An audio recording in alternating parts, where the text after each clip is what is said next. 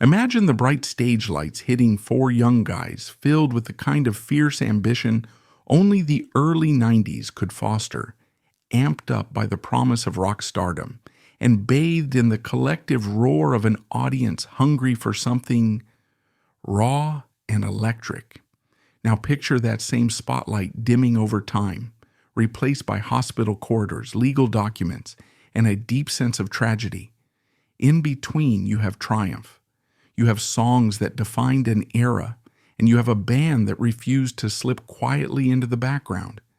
That, in a nutshell, is the story of Stone Temple Pilots, a tale of meteoric success, critical backlash, and the unshakable demons that haunted their frontman, Scott Weiland. Yet a short summary could never capture the emotional weight of this band's journey. It was a ride that careened from scuzzy club stages to multi-platinum heights, from behind-the-scenes substance issues to front-page controversies. It is the story of outsiders who wanted to prove themselves and ended up playing stadiums while wearing Kiss makeup. It is also the story of harrowing personal struggle. On one hand, extraordinary creativity and flair for self-expression. On the other, the destructive clutches of drug abuse and a messy internal dynamic that nearly tore them apart multiple times. As we piece together these fragments, think of it as a roller coaster that soars with hits like Plush, Interstate Love Song, and Sour Girl, only to plummet because of personal strife, near deadly addictions, and a heartbreakingly early end for more than one of the band's members. This is not the kind of music history that politely ties up at the end with a nostalgic bow. Instead, it's the echo of a generation of fans, still singing along to those riffs, still cheering the rebellious streak, still mourning the darkness that took down two iconic frontmen connected to the band. So buckle up, settle in, and let's slip into a narrative that's part cautionary tale, part cultural phenomenon, and altogether mesmerizing. Scott Weiland was the spark in the engine, the voice that made Stone Temple Pilots instantly recognizable, and the personality that kept things consistently dramatic. Born Scott Richard Klein in San Jose, California, he was just 2 years old when his parents divorced. This detail might seem small, but in Scott's telling it planted the first seeds of instability in his young life. His mother remarried. He took his stepfather's last name, Weiland, and the family moved to Cleveland, Ohio. Yet every summer, like clockwork, he'd return to California to see his father, a man who introduced him to country music, taught him to yodel, and gave him a taste of that fatherly affection Scott felt he lacked during the rest of the year. Imagine a young boy torn between two worlds, both beckoning to him in different ways, wrestling with a sense of displacement that grew with each passing season. That sense of displacement only magnified when Scott's stepbrother, Craig, died at age 11 in a car accident. The grief that enveloped the family probably blurred any sense of stability he had. So it's no wonder that by the time they all moved to Huntington Beach, California, Scott found himself feeling more like an alien observer than a newly settled teenager. Huntington Beach was all about athletic pursuits, about kids who thrived on sports fields, and he tried wrestling and football. But deep down, he connected more with the rebellious spirit of punk rock, diving headfirst into the world of Black Flag and the Sex Pistols, searching for an identity that felt truly his. He discovered that music provided a kind of safe haven for emotions he couldn't articulate in conversation. If a teacher or neighbor described him, they might have said he was subdued or aloof, maybe a little isolated. Underneath, though, a fire was smoldering, fueled by early trauma and endless confusion about who he was supposed to be. By 16, that fire had taken a darker turn, as he was already experimenting with drugs. leading to a moment so extreme that he had to be removed from school on a stretcher and sent to a psychiatric facility for 3 months. The label damaged goods hung around him like a cloud.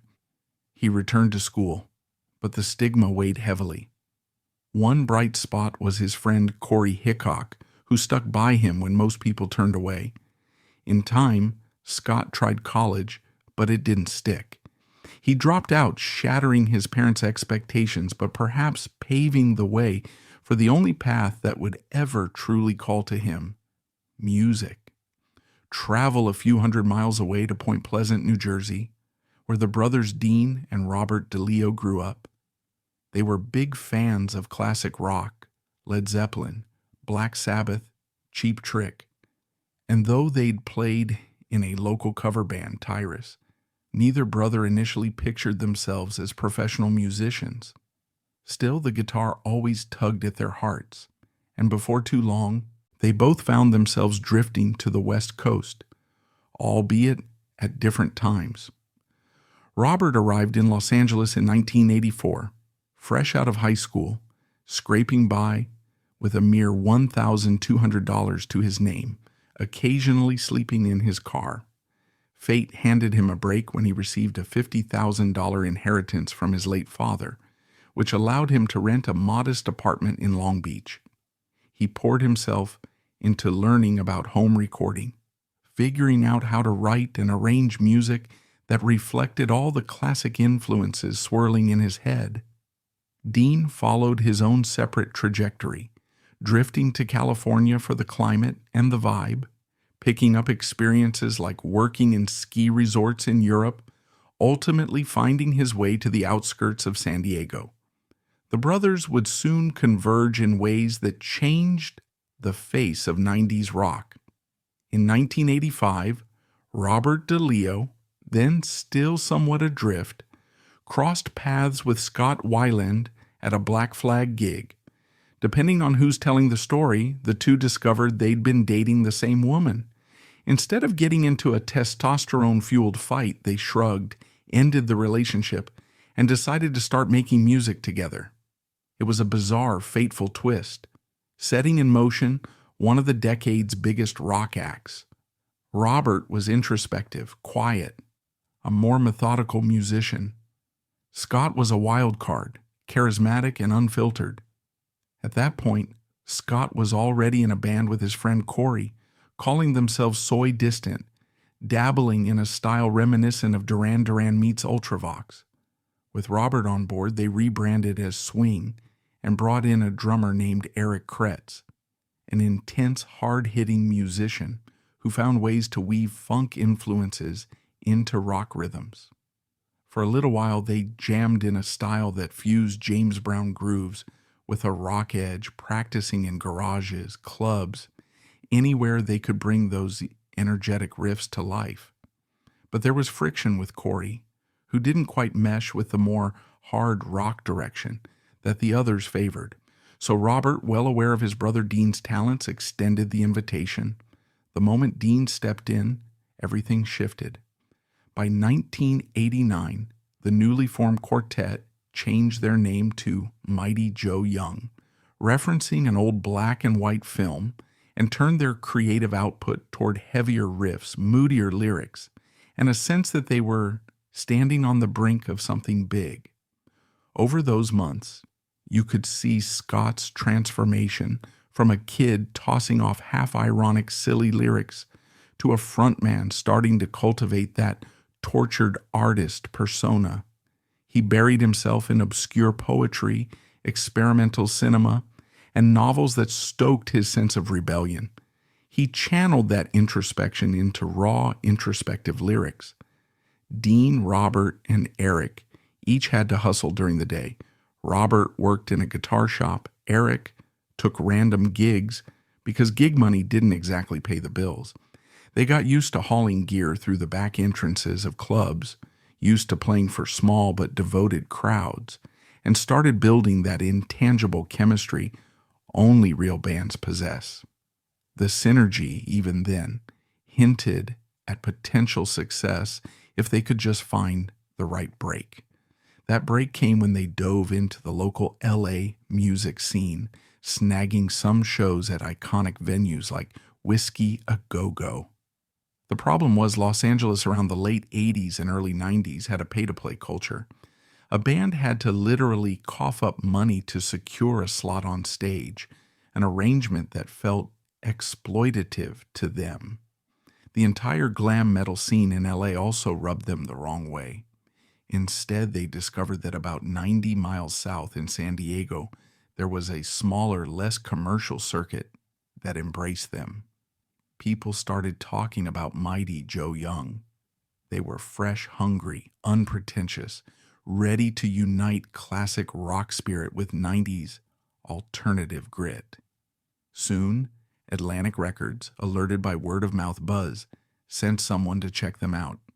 By 1992, Atlantic offered them a deal that let them retain creative control, almost unheard of for a young band.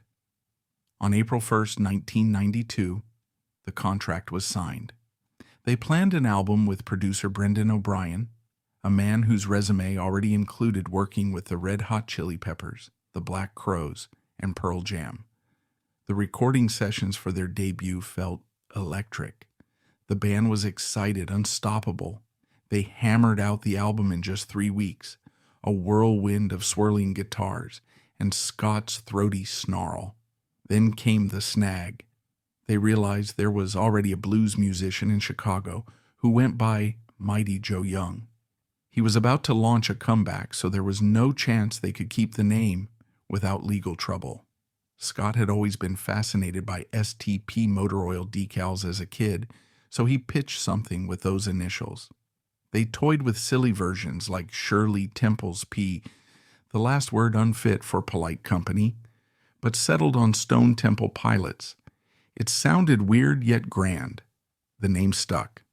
In September of 1992, they released Core, an album that soared on the wave of grunge mania, but also separated itself by infusing classic rock influences. The first single, Sex Type Thing, was an immediate hit on MTV, though it stirred controversy. The lyrics, from a surface read, might sound like they were glamorizing sexual aggression, which infuriated critics. Scott insisted that the perspective was satirical, aiming to condemn the machismo culture that leads to sexual violence against women. He'd say, "I'm singing as this misogynist character, not as myself," but nuance didn't always translate. The second single, Plush, catapulted them to multi-platinum territory, anchored by a memorable riff from Robert and lyrics partially inspired by a real-life murder of a young woman in San Diego, and partly by the band's experiences with obsessive relationships. It had a melodic hook that looped relentlessly on rock radio and even cracked the pop charts. MTV played the video in near constant rotation. Suddenly, the band was everywhere. Magazine covers, radio countdowns, big TV interviews, while Core flew off the shelves. Over 8 million copies sold in the U.S. alone, proof that fans had found a new favorite act. But critical acclaim wasn't so forthcoming. Major outlets, especially Rolling Stone, poured on the disdain. In 1994, Rolling Stone's readers would declare Stone Temple Pilots one of the best new bands, yet the magazine's staff gave them the dubious title of worst new band. They were slammed for allegedly piggybacking on the grunge movement, accused of ripping off Pearl Jam's aesthetic, or mimicking Alice in Chains. The guys vehemently denied these charges. They weren't even from Seattle, they said, so how could they be a Seattle clone? Nonetheless, the stigma lingered. Among fans, though, it hardly mattered. The band's success marched on, unstoppable.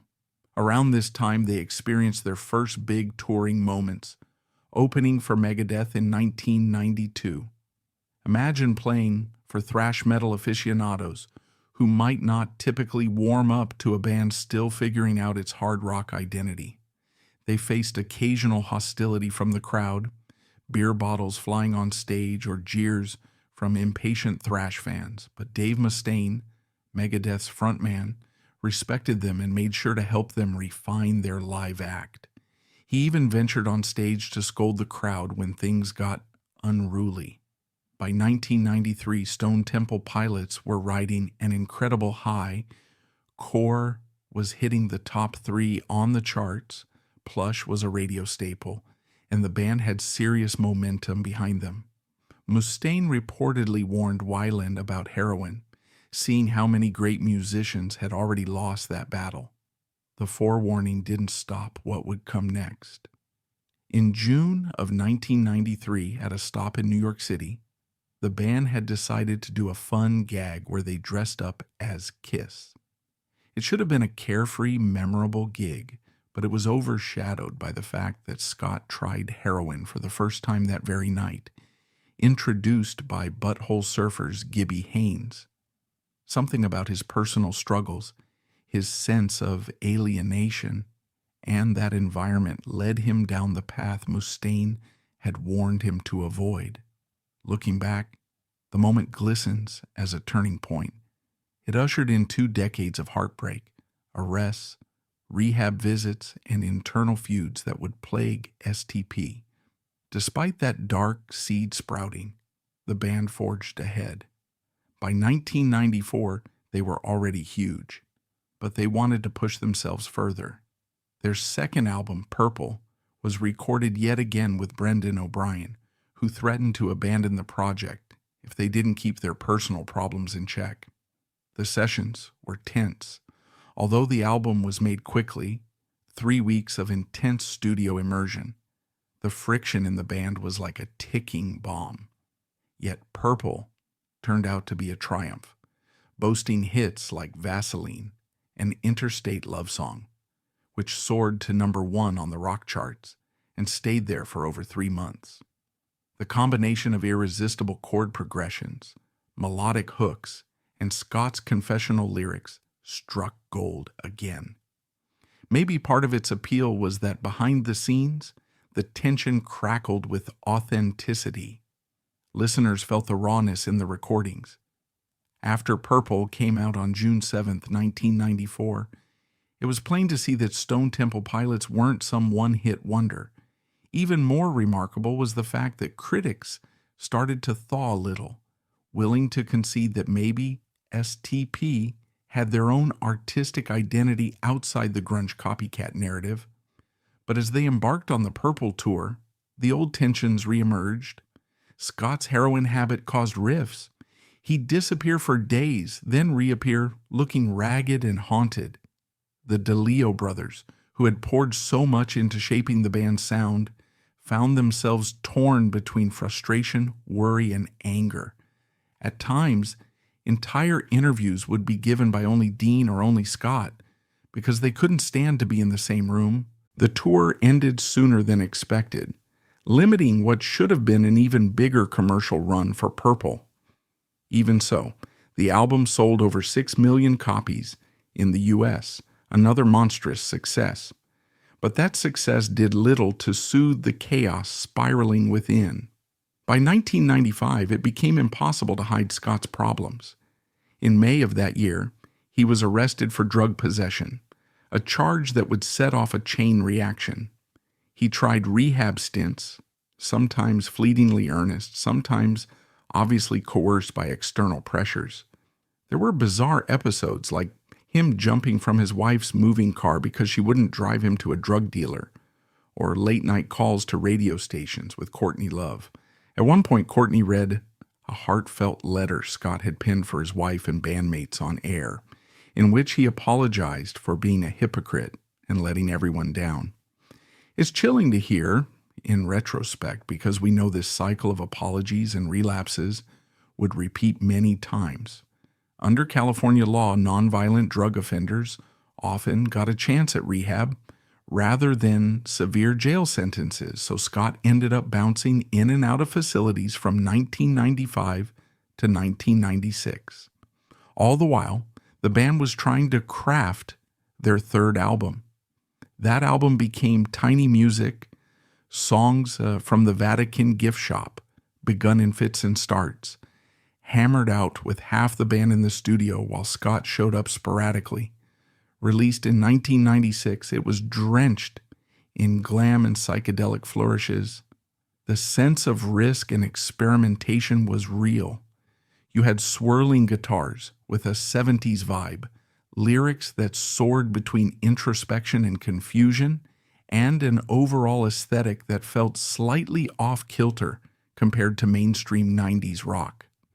They scored radio hits with the Big Bang Baby and Tripping on a Hole in a Paper Heart, and Lady Picture Show soared up the charts too. Yet the minimal touring they could manage, due to Scott's ongoing legal and rehab woes, meant the album didn't sell at the massive level of Core or Purple. Critically, though, some of the old hostility died down as rock journalists began acknowledging that STP had a distinctive vibe worth celebrating. Even so, internal stress took a toll. The band had to cancel free fan concerts in April 1996, and they bowed out from a high-profile summer tour with Kiss, ironically replaced by Alice in Chains, who were also wrestling with their own frontman's heroin battle. The other members of STP got restless, forming a separate project, Talk Show, with singer Dave Coots in Scott's absence. It didn't yield major commercial success, but it gave them an outlet while their lead singer tried to get clean. For a moment in late 1996, Scott did manage to pull himself together, resulting in a short run of shows that fans rave about to this day. They say he was radiant, hitting the notes, engaging the crowd with a clarity missing in many of STP's later tours. Sadly, that good phase collapsed by the end of the year, and he was back in rehab by 1997. Rumors swirled that STP had disbanded for good. They tried to keep things vague, but the bitterness was obvious. The rest of the guys worked on Talk Show, while Scott did a solo album that he couldn't properly promote thanks to another arrest in 1998. Out of nowhere, in 1999, they reunited to record their fourth album, fittingly titled No Fourth. The sessions were overshadowed by Scott's sentencing for violating probation. He played one show in Las Vegas, then faced a year behind bars, ultimately serving a few months. Imagine being a band with a new single, Down, hitting the airwaves, but your senior's in jail, unable to promote it. Then against the odds, the band put out a second single, Sour Girl, which soared on the charts and became their biggest mainstream success. The video featuring Sarah Michelle Gellar was iconic in its own twisted, dreamy way. The track dealt with Scott's emotions about the collapse of his first marriage, but ironically, it was also a big moneymaker and a statement that Stone Temple Pilots were still relevant. The DeLeo brothers claimed that during these particular sessions, Scott was clearer and more focused than at any time since the early days. It was a temporary reprieve from the chaos that would return soon enough. They followed up in 2001 with Shangri-La Dee Da, an album whose name hinted at some kind of whimsical paradise, but which was mired in fresh tensions. They'd initially planned a double album, a documentary, even a companion book. The avalanche of creative ambition collided with old patterns of conflict. Still, the band pushed forward, but once again, internal flare-ups overshadowed the music.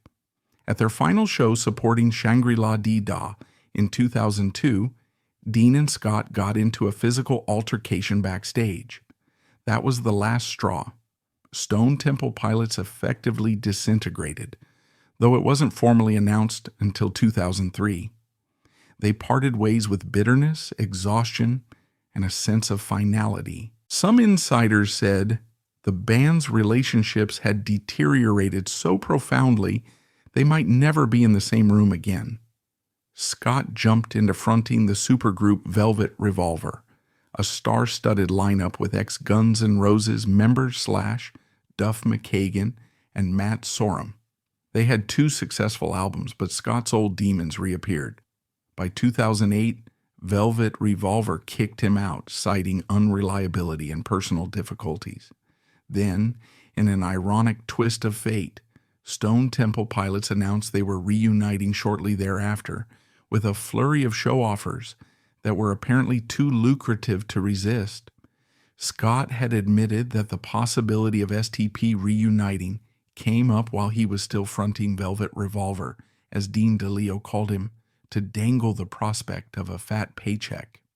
The band hopped back on the road in 2008, and from the outside, it might have seemed like a glorious nostalgic revival.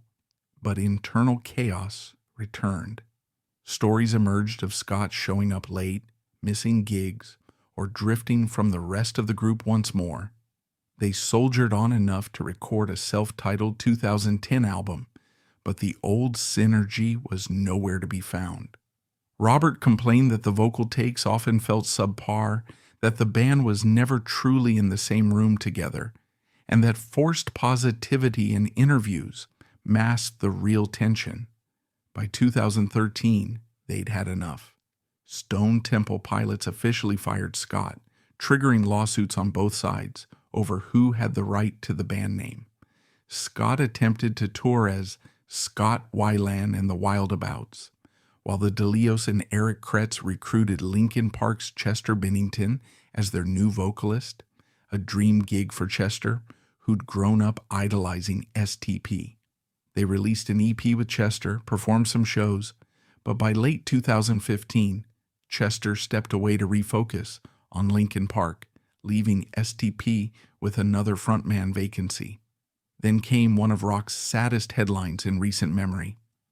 On December 3, 2015, Scott Weiland was found dead on his tour bus, having overdosed on a cocktail of drugs. Fans took the news with shock and a certain numb inevitability. Everyone knew Scott had fought addictions for decades, but somehow many believed he might outlast them. The day of his passing, he was only 48, felt like the bitter culmination of 1,000 warnings unheeded. In a further heartbreak, Chester Bennington took his own life in 2017, meaning that two separate frontmen connected to Stone Temple Pilots would perish within just a couple of years. After another round of grieving, Stone Temple Pilots carried on. They launched an online search for a vocalist and discovered Jeff Gutt, an X Factor contestant with a voice reminiscent of 90s Scott but a different stage presence. Since 2017, they've released 2 albums with Jeff, continuing the legacy under the same name, though with a significantly changed dynamic. Some fans remain deeply loyal. Others feel that no one could replace Scott Weiland or Chester Bennington. But the band endures, touring smaller venues, sometimes playing to crowds that come for the memories, for the old hits, for that nostalgic pang of hearing Plush or Vaseline blasted live once again. What's so compelling in all this is not just the litany of arrests, the stints in rehab, or the scathing reviews that hounded them early on. It's the odd resilience of a band that refused to be defined by any single era. Scott Weiland's voice was inextricably woven into the DNA of Stone Temple Pilots, but the group's creative spark existed in every member's contribution, from Dean's distinctive guitar work to Robert's driving bass lines to Eric's powerful drumming. They survived multiple breakups, overcame repeated on-stage and off-stage confrontations, and navigated an ever-shifting musical landscape.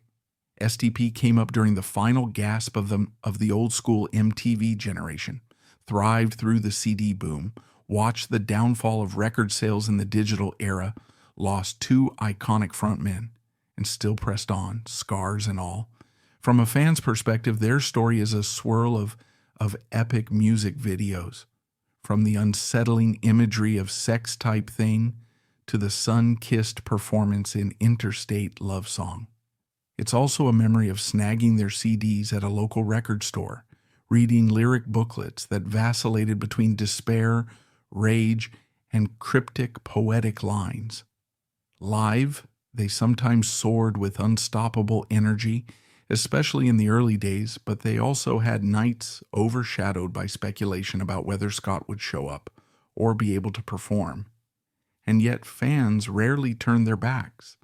Something about STP's rawness and sincerity kept them loyal. Perhaps it was the sense that these guys, for all their success, felt like underdogs. A band that critics attacked but listeners championed. A band that had to fight for acceptance when it seemed so effortlessly bestowed on their Seattle peers. The tragedy of Scott Weiland's death lingers as a sobering cautionary tale. Heroin and other drugs are ruthless, especially in the high-pressure world of rock stardom. Weiland's struggles were documented in real time by tabloids, rock magazines, and radio chatter, but the full gravity of his daily battles might never be fully understood by the public. The glimpses he offered, like the letter Courtney Love read on the radio, or the revelations in interviews about how he'd spent thousands of dollars a week on drugs, hinted at deep-rooted pain.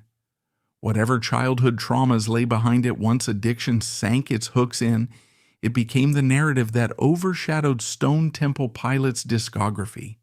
Even at his best, Weiland described feeling like he was balancing on a tightrope, half expecting to topple.